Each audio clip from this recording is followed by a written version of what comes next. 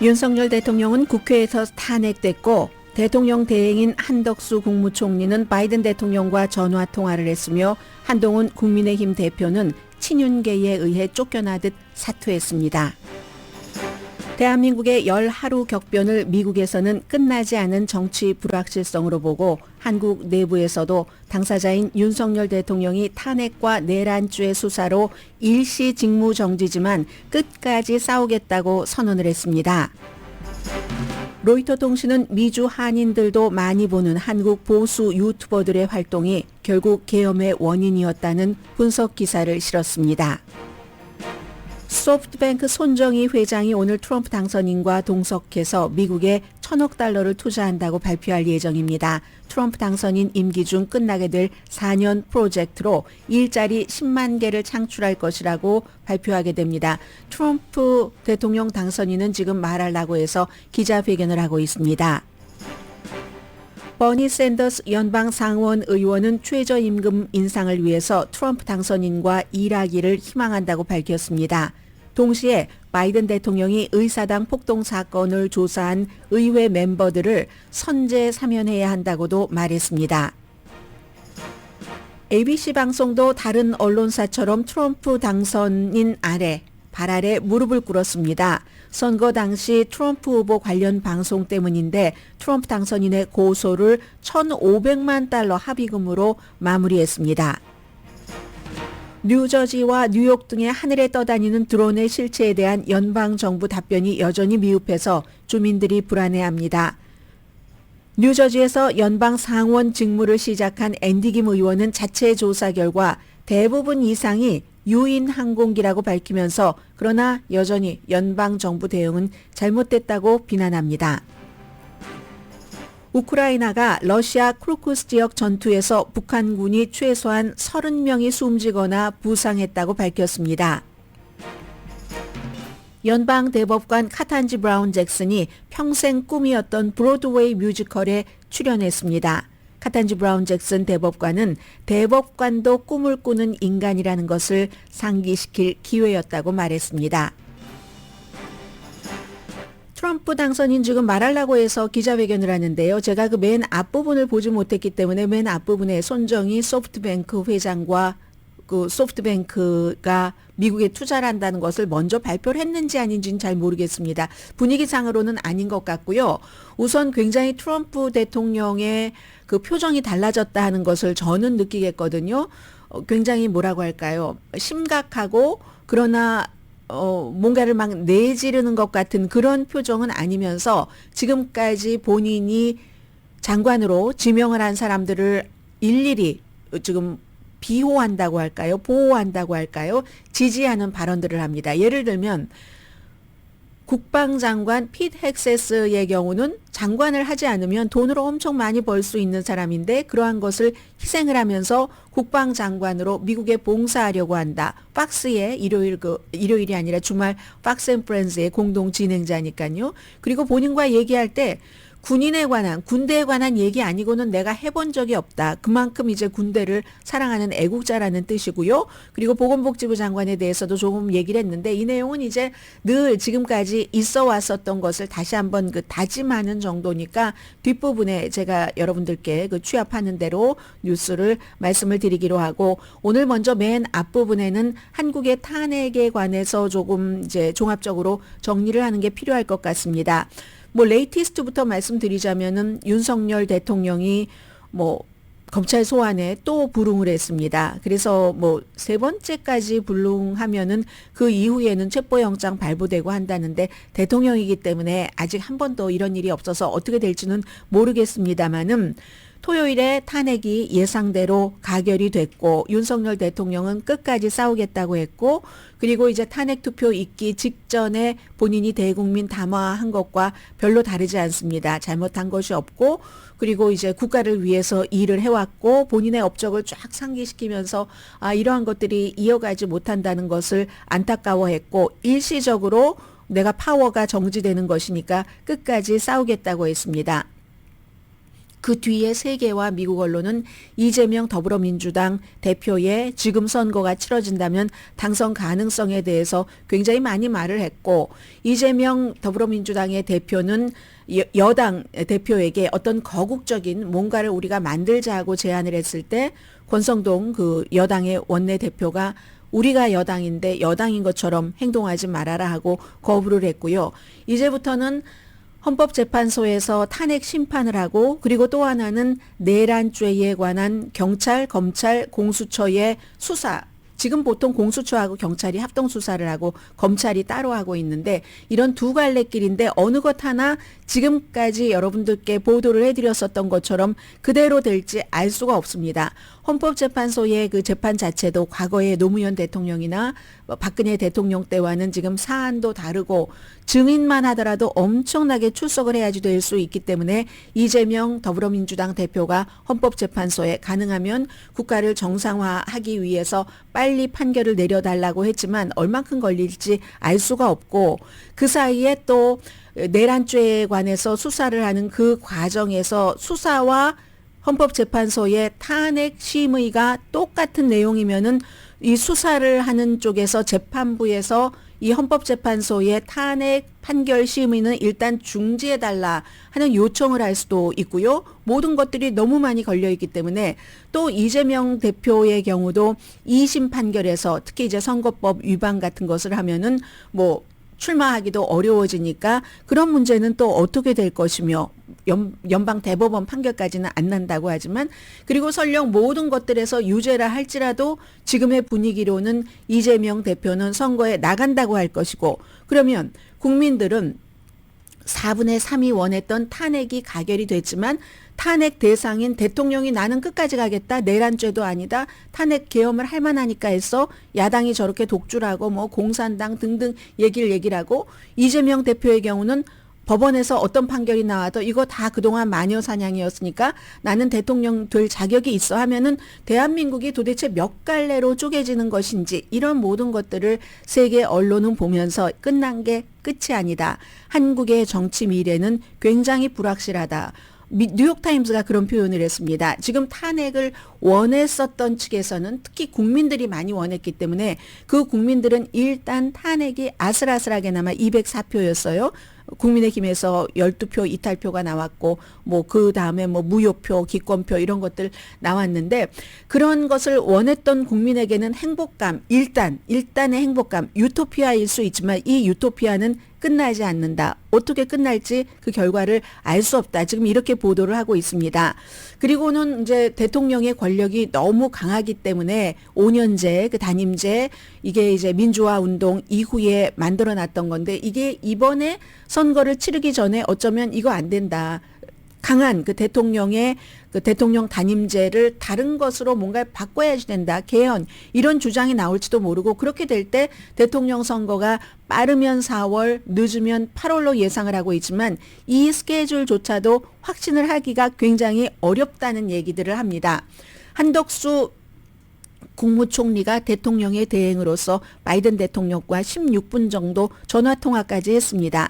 두 사람의 전화통화는 너무나 당연하게 짐작하는 그대로입니다. 뭐 한국과 미국의 이러한 그 어떤 동맹은 철통같이 강하다, 그런 것이었지만 한덕수 총리 자체가 선출된 직이 아니라 굉장히 현상 유지를 하는 것이지 어떠한 새로운 것을 만들어낸다던가 아니면 거대 야당인 이 더불어민주당이 가지고 오는 어떠한 것을 거부할 수 있는 권한이 있는가 없는가, 이것부터도 아주 애매하고요. 권한이 있다 할지라도 한덕수 국무총리는 그것을 쓸 수 있는가. 왜냐하면 이 계엄에 대해서 국무회의에도 참석을 했고 본인도 내란죄에 대해서 조사를 받는 대상이지만 더불어민주당의 입장에서 볼 때는 일단 뭐 해외 언론이나 다른 나라가 보는 그 국가적인 그런 그 부분들도 그렇고, 또다시 뭐 국무총리까지 탄핵을 한, 지금 탄핵이 너무 많이 됐어요. 그 사이 올해 1년 사이에. 그래서 이제 이거 일단 멈춘다고 했는데, 일단 멈추면 마음에 들지 않으면 다시 탄핵 카드를 들고 나올 수도 있는데 한덕수 그 국무총리가 얼만큼이나 이걸 입장에서 딱 그 제대로 할 수 있는가. 이번 이 탄핵 사태를 열하루 동안 겪으면서 가장 많은 지지를 받은 사람은 우원식 이제 국회의장입니다. 이 우원식 국회의장이 중요한 고비고비마다 굉장히 냉정하고 침착하고 공정하게 어떠한 자신의 할 일을 했다 해서 하는 거고요. 그리고 이제 제가 오늘 이제 마지막으로 한동훈 국민의힘 대표의 사퇴를 전해드리면서 그 뒤의 것을 말씀을 드리겠습니다. 오늘 로이터 통신이 보도한 하나의 기사인데 한국 분들이 뭐 미국 분들도 마찬가지예요. 유튜브를 많이 본다. 그런데 다 알고 있었고 익히 들어왔었고 또 윤석열 대통령도 극우 유튜버의 팬이었기 때문에 어쩌면 그 희생자일지도 모릅니다. 그런 부분, 판단을 잘못했다는 부분에 대해서는 그래서 그걸 전해드리기 전에 이제 한동훈 국민의힘 대표의 사퇴 한 5분 정도 됐는데 여기에 그동안의 열하루 동안의 것이 다 들어있더군요. 우선 전해드리겠습니다. 뭐라고 얘기했냐면 이건 결국은 이제 친윤파에 의해서 쫓겨날 수밖에 없어서 쫓겨난 건데 저쪽 반대쪽에서는 왜 처음부터 끝까지 탄핵을 밀어붙이지 중간에 와블리처럼 왔다 갔다 했어. 하지만 친윤계에서는 왜 탄핵을 밀어붙였어 하면서 결국은 이제 쫓겨나게 된 건데 아주 간단하게 처음에 뭐 별다른 말 없습니다. 국민의힘 대표직을 내려놓습니다 하고 3번 인사를 했다는 게 조금 달랐습니다. 비상계엄 사태로 고통받으신 국민들께 진심으로 죄송합니다. 옆으로 나와서 인사 한번 했고요. 2024년도에 선진국 대한민국의 계엄이라니 얼마나 분노하시고 실망하셨겠습니까? 두 번째 옆으로 나와서 인사한 것은 처음은 비상계엄이죠. 두 번째는 탄핵으로 마음 아프신 우리 지지자분들께 많이 죄송합니다 하고 인사했습니다. 그런 마음 생각하면서 탄핵이 아닌 이 나라의 더 나은 길을 찾아보려고 백방으로 노력했지만 결국 그러지 못했습니다. 모두 제가 부족한 탓입니다. 미안합니다 하면서 한참 퍼즈였거든요. 눈물 참는 것 같았습니다. 그리고 3번째 인사는 마지막 인사였습니다. 비판해 주신 국민들께도 감사드립니다. 당원 동지들과 우리 당직자들께도 감사드립니다. 나라가 잘 됐으면 좋겠습니다. 이게 이제 마지막 문장이었습니다. 그렇게 3번 인사를 했는데 이 한동훈 대표의 5분짜리 마지막 퇴임사에서 중요한 것들이 많이 나왔습니다. 짧았지만 일단 기본적으로 12월 13일 밤 그 계엄을 우리 당 대통령이 만든 그 계엄을 막은 것이 보수의 정신이라는 것이 가장 그 핵심적인 것이었던 것으로 3일 밤 당 대표와 의원들이 국민과 함께 제일 먼저 앞장서서 우리 당이 배출한 대통령이 한 불법 계엄을 막아냈습니다. 헌법과 민주주의를 지켰습니다. 저는 그것이 진짜 보수의 정신이라고 생각합니다. 두려웠다고 했습니다. 그날 밤에 계엄을 해제하지 못했다면 다음 날 아침부터 거리로 나온 우리 시민들과 우리 젊은 군인들 사이에 유혈 사태가 벌어졌을 수 있습니다. 그날 밤 저는 그런 일을 막지 못할까 봐 두려웠다는 직접 들어보십니다. 자, 한동훈 대표가 두려웠다고 얘기를 합니다. 그날 밤 계엄을 해제하지 못했다면 다음 날 아침부터 거리로 나온 우리 시민들과 우리 젊은 군인들 사이에 유혈 사태가 벌어졌을 수 있습니다. 그날 밤 저는 그런 일을 막지 못할까 봐 너무나도 두려웠습니다. 아무리 우리 당에서 배출한 대통령이 한 것이라도 우리가 군대를 동원한 불법 계엄을 옹호하는 것처럼 오해받는 것은 산업화와 민주화를 동시에 해낸 이 위대한 나라와 그 국민의 보수의 정신을 우리 당의 빛나는 성취를 배신하는 겁니다. 이렇게 얘기를 했고요. 어떤 기자가 당대표에서 쫓겨나는 이유가 된 이번 탄핵 찬성에 대해서 후회하느냐고 물었을 때 그때에 대한 거기에 대한 이제 그 본인의 생각을 이렇게 말했습니다. 마음 아프신 우리 지지자분들 생각하면 참 고통스럽지만 여전히 후회하지 않습니다.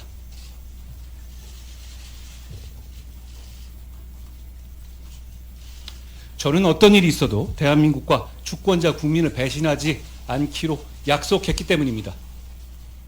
역시 그 한동훈 대표도 여기서 끝나지 않았습니다. 이재명 대표와 더불어민주당에 경고를 합니다. 하지만 계엄이 잘못이라고 해서 민주당과 이재명 대표의 폭주와 범죄 혐의가 정당화되는 것은 절대 아닙니다. 이재명 대표 재판의 타이머는 멈추지 않고 가고 있습니다. 얼마 안 남았습니다. 국회에서 한 이런 그 발표였습니다. 그래서 뭐 지지자들이 밖에 나오니까 많이 기다리고 있어서 벤에서 타고 있다가 잠시 내려서 저를 지키려고 하지 마십시오. 제가 여러분을 지키겠습니다. 이렇게 얘기한 것 보니까 정치를 멈추지는 않겠다는 뜻인 것 같습니다.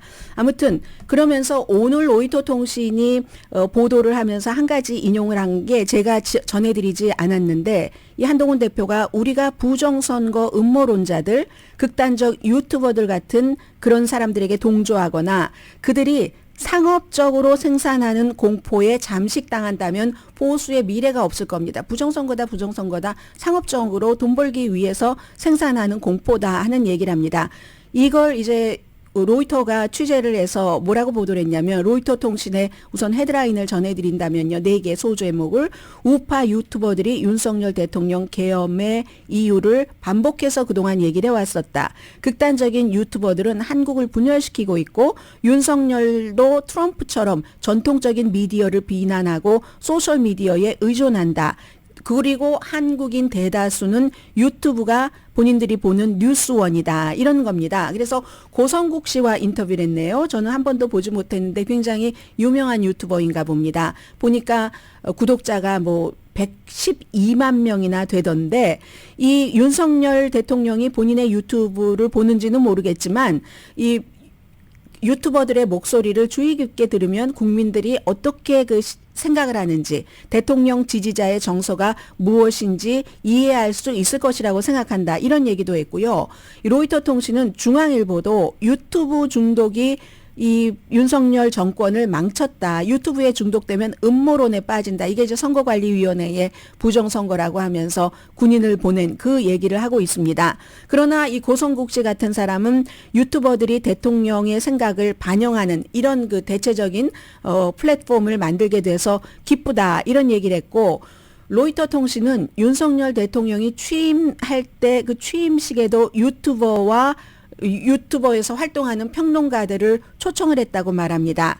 우익 그 평론가들이 유튜버에서 많이 얘기하는 그런 논점들을 윤석열 대통령이 탄핵이 진행되고 있는 이런 그 연설에서 반항적인 연설이라고들 표현을 합니다. 거기서 정치적인 반대자들을 북한 편에서는 그런 뭐 반국가 세력이다. 공산주의 반국가 세력이다. 그리고 북한이 남한의 선거를 해킹했을 수도 있다. 그렇기 때문에 본인의 그 계엄령은 정당하다 하는 얘기를 하는 게 유튜브를 너무 많이 봐서 그렇다 하는 얘기입니다.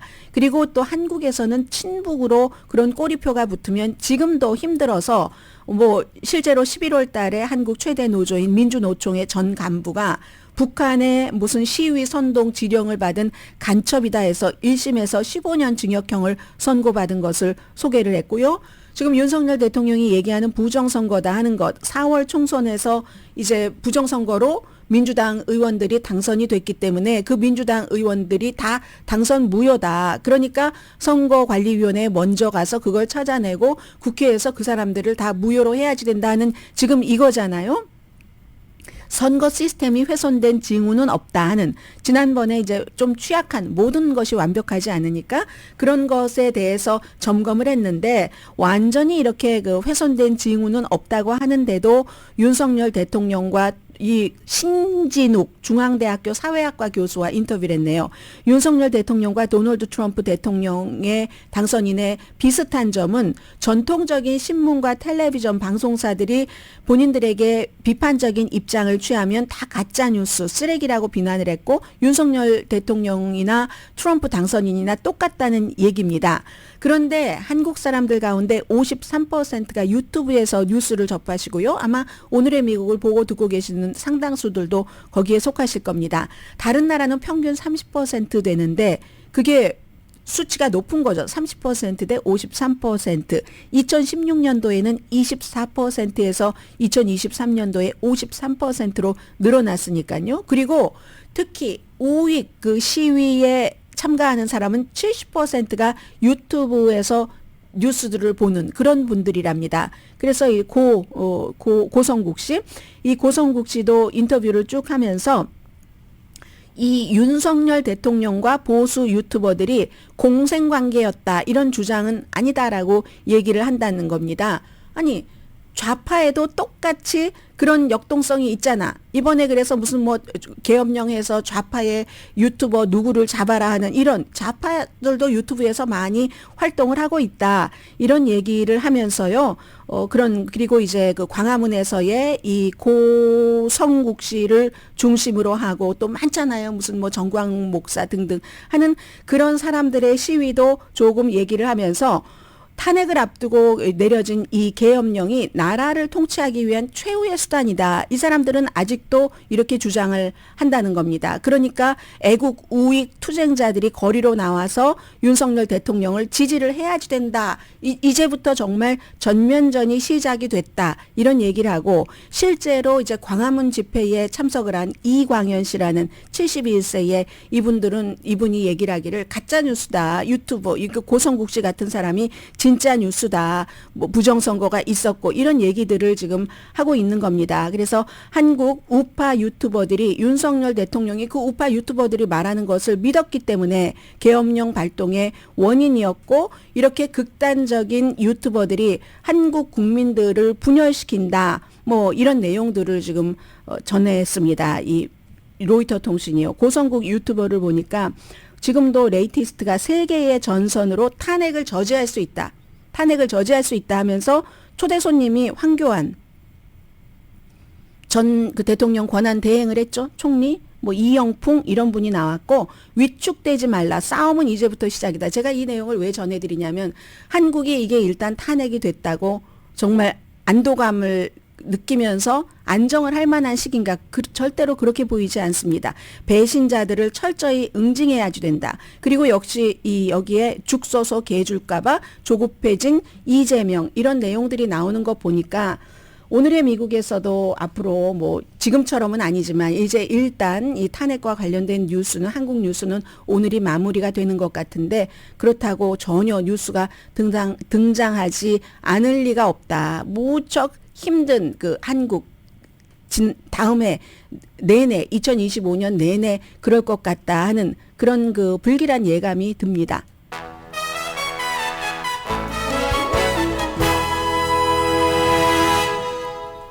오늘의 미국은 전문가가 추천하는 이민법, 가정법 전문 재인정 종합법률사무소, 총 20억 달러 승소, 교통사고와 상해 전문 브라이언 타필라와 CG 변호사 그룹, 집이용자 홈에퀴리 라인업 크레딧, 급한 하드머니도 정말 쉽게 잘하는 융자나라, 한국식약처, 기능성 인증 유한 건강식품과 피부과학 셀리온 화장품을 50%까지 연말 특별 세일 중인 셀리온, 세계 최초 AD와 인공지능의 마사지 체어 디오스를 사이프러스 카후나 본사에서 체험하세요. 카후나 마사지 체어 공동 후원입니다.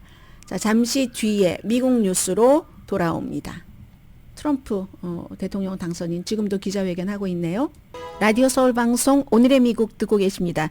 제가 그 부분을 놓쳤군요. 트럼프 그 대통령 당선인이 말하려고 해서 우선 그 손정의 그 소프트뱅크 회장이 미국에 1,000억 달러를 4년 동안에 투자한다 하는 발표를 먼저 했고요. 이 내용 전해드리자면은 굉장히 지금 대통령에 취임하기 전부터 의제를 그 빨리빨리 행동에 옮긴다는 것을 보여주는 거죠. 그래서 4년짜리 프로젝트로 일자리가 10만 개 정도가 만들어진다는데 보통 이제 이게 소프트뱅크가 인터넷, 그러니까 통신회사잖아요. 해서 인공지능과 새로운 테크놀로지 관련 투자를 한다는 얘기입니다. 그것도 2029년도에 트럼프 대통령이 대통령으로서 임기가 끝나기 전에. 그런데 월스트리트저널은 오늘 이런 얘기는 했네요. 지금 뭐 1,000억 달러를 투자를 한다고 하는데 캐시는 300억 달러밖에 없다고 하거든요. 그럼 이 자금을 어디서 조달하는가? 전에도 임기 1기 때도 소프트뱅크의 손정희 의장이 미국에 투자를 한 적이 있습니다. 지금 뭐 실패한 위웍이라든가 아니면 그 밖에도 뭐 로버트 피자 딜리버리 회사 또 건축 회사 이런 데는 그 당시에는 중동에서 딱 투자를 받고 나서 했는데 지금은 어쨌든 캐슈는 300억 달러다. 이런 것은 월스트리트저널이 의문을 제기를 한 거고요. 트럼프 대통령 당선인이 미국에 10억 달러 이상을 투자를 하고 나면은 허가 같은 거 내는 여러 절차를 패스트 트랙으로 빨리 해준다고 한 일주일 전에 발표를 했죠. 그런 것이고, 그리고 이 손정희 그 소프트뱅크 그 CEO는 인공지능이 2, 3년 안에 인간 수준의 인식 능력이 있을 것이다. 정말 정보의 골드러시다. 그렇기 때문에 빨리 가는 사람이 이긴다. 이런 얘기를 이제 얼마 전에 했었어요. 자, 이런 것들이 있고. 그런데 이제 이 모든 것들은 약속이기 때문에 얼마나 확실하게 진행될지는 알 수 없고, 2018년도 기억나실 거예요. 연도수까지는 기억나지 않지만, 트럼프 당시에 그 대통령이 무슨, 리퀴드 액정 크리스탈 그 디스플레이 공장을 만든다고 무슨 그 위스콘신주를 방문을 해서 그때 이제 전자 제조업체 박스콘이 프로젝트에 100억 달러 투자하고 그 주에서 뭐 일자리를 그 당시에 뭐 13,000개를 만들 것이다라고 발표를 했는데, 그러나 나중에 이제 이 회사가 계획을 축소를 했고 돈도 일부만 투자하고 뭐 훨씬 적은 일자리를 만들어내고 그런 일도 있습니다. 그런데 이제 백악관에 복귀를 하면서 본인의 그 영향력을 빨리 그 보여주고 싶기도 하고, 이 주요 미국 내의 기업의 임원들과도 만나고 해외에서의 투자 같은 것들도 얘기를 하고 하는 거죠. 그래서 오늘 보니까 제가 광고 나갈 때 그냥 슬쩍 본 것에 따르면 지금 기자회견에서 제가 방송하느라고 기자회견을 못 봤잖아요. 드론이라든가 백신이라든가 아니면 그 내각에 대해서 많이 얘기를 했는데, 지금 기본적으로는 로버트 프란시스 케네디 주니어가 다시 이제 의사당을 방문을 해서 공화당의 상원 의원들을 만나서 저를 보건복지부 장관으로 인준을 해주세요 하는 것을 이번 주에 좀 대대적으로 할 모양입니다. 그래서 이 로버트 프란시스 케네디 주니어는 여러분이 생각하는 것보다 훨씬 덜 급진적입니다. 레스 급진적이다. 그렇게 레디컬하지 않다라고 얘기를 했고요. 특히 이제 그 백신에 대해서 반대라는 사람이고 또 백신에 대해서 조사를 하라고 하겠다라고 트럼프 당선인이 얘기를 했기 때문에 소아마비 백신은 금지시키지 않을 것이다. 이런 얘기를 트럼프 그 대통령 당선인이 했고요. 특히 소아마비 백신 금지 같은 경우는 미국의 공화당의 상원의 원내대표인 미치 매코넬이 정말 덕을 본 그런 그 백신이잖아요.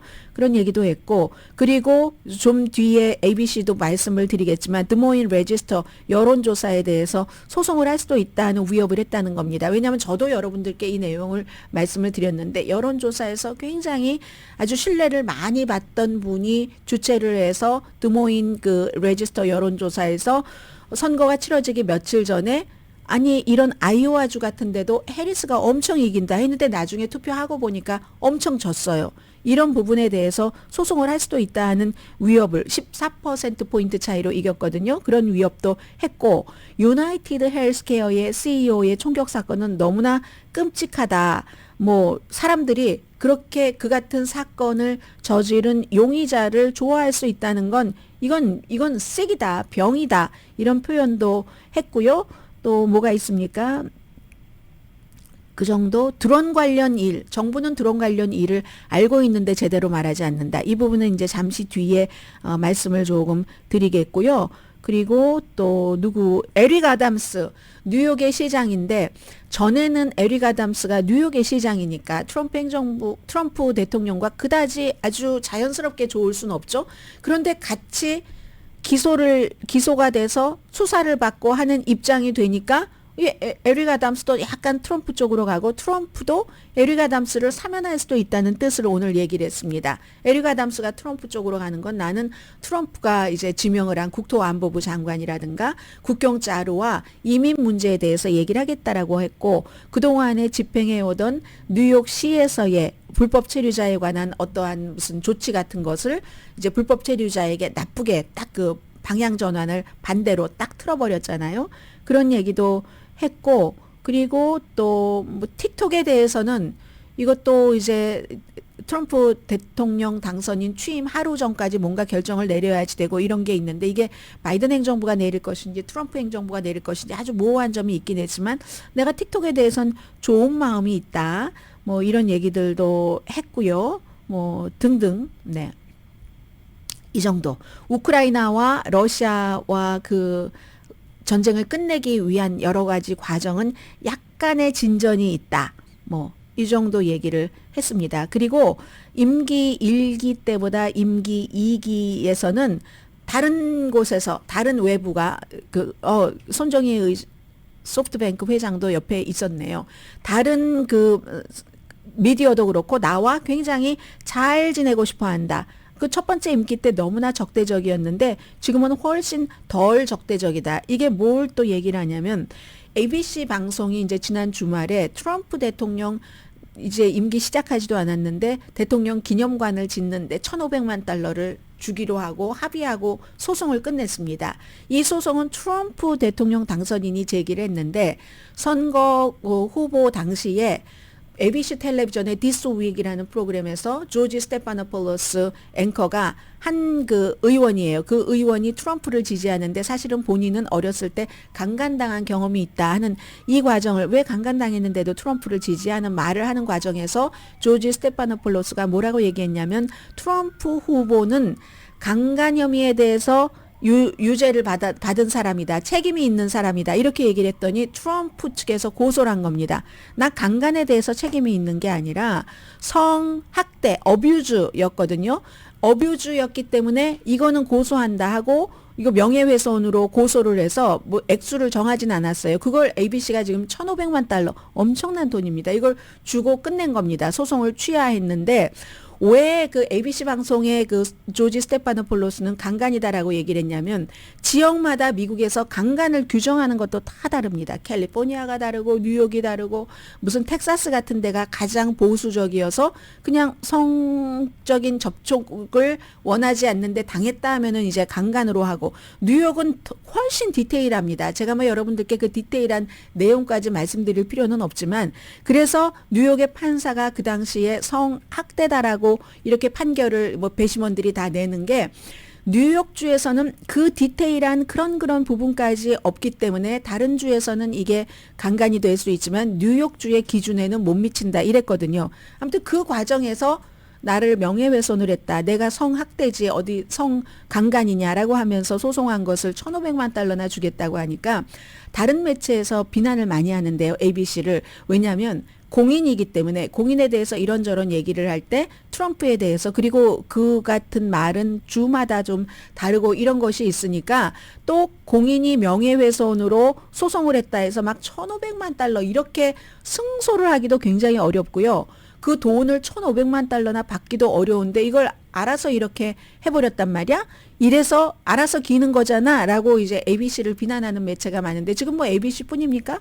MSNBC가 먼저 그랬죠. ABC 관계자도 말하려고 해가서 트럼프 대통령 당선인을 만났습니다. 워싱턴 포스트, LA타임스의 패트릭 순시용 그 CEO는 아예 지난주에는 사설에서 트럼프 지명자에 대해서 나쁜 글을 쓰지 못하도록 사주가 막아버렸어요.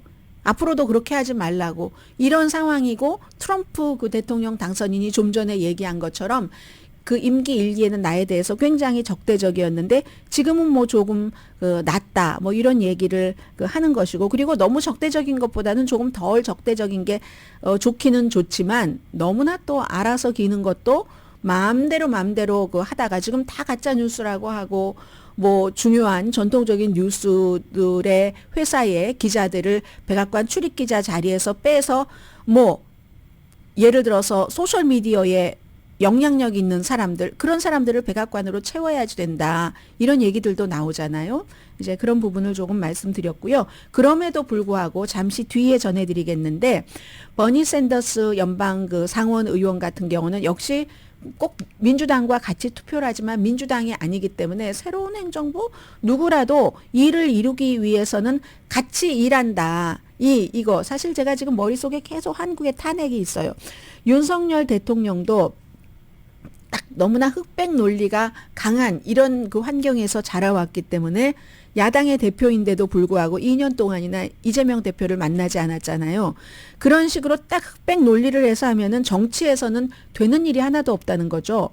버니 샌더스 연방 상원 의원은 왜 트럼프라도 만나고 누구라도 만나서 이 일을 되게 해야지라고 말합니다. 잠시 뒤에 전합니다. 라디오 서울 방송 오늘의 미국 듣고 계십니다.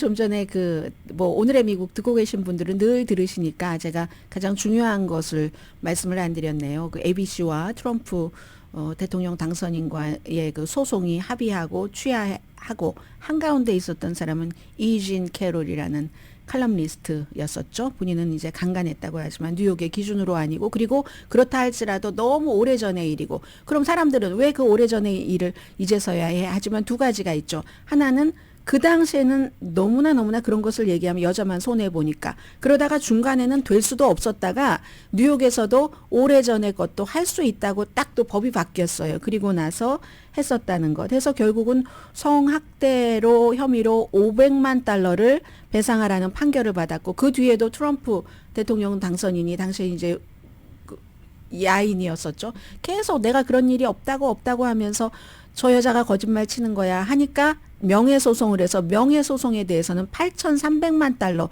추가로 배상금을 내라는 판결을 받았습니다. 그런데 트럼프 대통령 당선인은 이런 것들도 다 지금 무효로 하려는 시도를 하고 있고요. 버니 샌더스 연방 상원 의원이 일요일이면 미국에서는 텔레비전에서 이렇게 그 시사 토크쇼 같은 것을 굉장히 많이 하죠.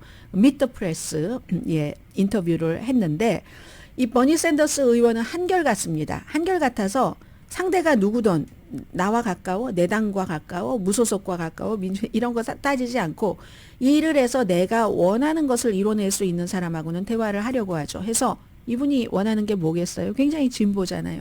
일단 기본적으로 연방 최저임금 7달러 25센트 이게 뭐냐? 2009년도에 오르고 안 올랐다. 2009년도에 오르고 봉급 안 오른 사람들 많이 있습니다. 민간에서도. 그런데 이제 이게 뭐냐? 물가는 인상되고 이렇게 보는 거예요. 해서 7달러 25센트 말도 안 되지. 이건 굶주림에 가까운, 아무리 열심히 일해도 굶주림에 가까울 정도로 살 수밖에 없는 그런 정도로 일하고, 집?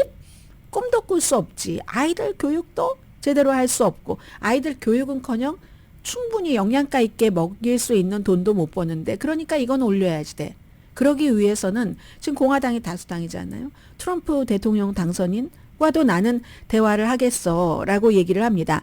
근데 트럼프 대통령 당선인이 얼마 전에 최저임금이 너무 낮은 것 인정했습니다. 7달러 25센트 연방. 이 7달러 25센트 가지고 어디 산골 지역에 가면은 살 수 있을지도 모르겠어요. 그러나 캘리포니아주에선 지금 캘리포니아가 17달러 조금 넘죠. 17달러 몇십 센트인 것으로 알고 있는데, 그것 가지고도 못 살잖아요. 트럼프 대통령 당선인이 최저임금이 낮은 거 인정한다. 그러나 연방 최저임금을 인상하는 것은 굉장히 복잡할 수 있다. 지금 이렇게 얘기를 했기 때문에 그걸 뚫어보기 위해서 난 트럼프와도 공화당과도 대화를 하겠다.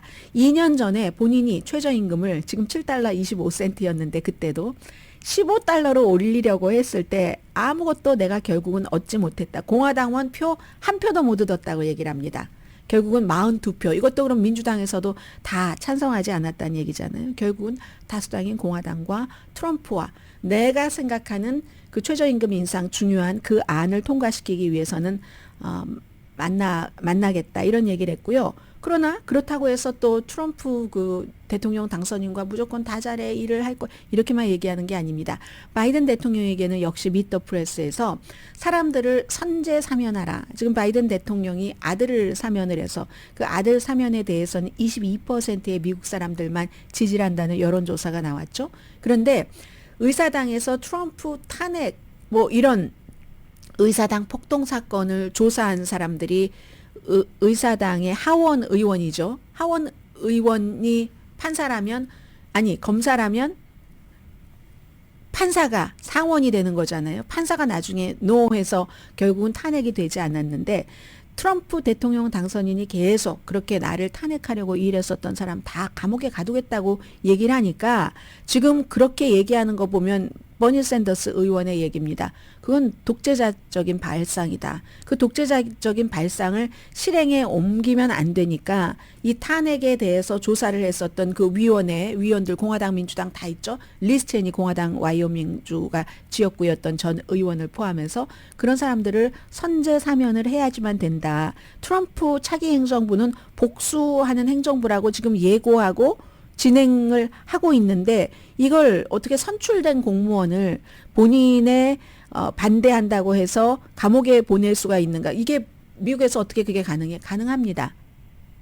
법무장관을 본인이 원하는 사람으로 하고 그럼 주도하는 게 있잖아요.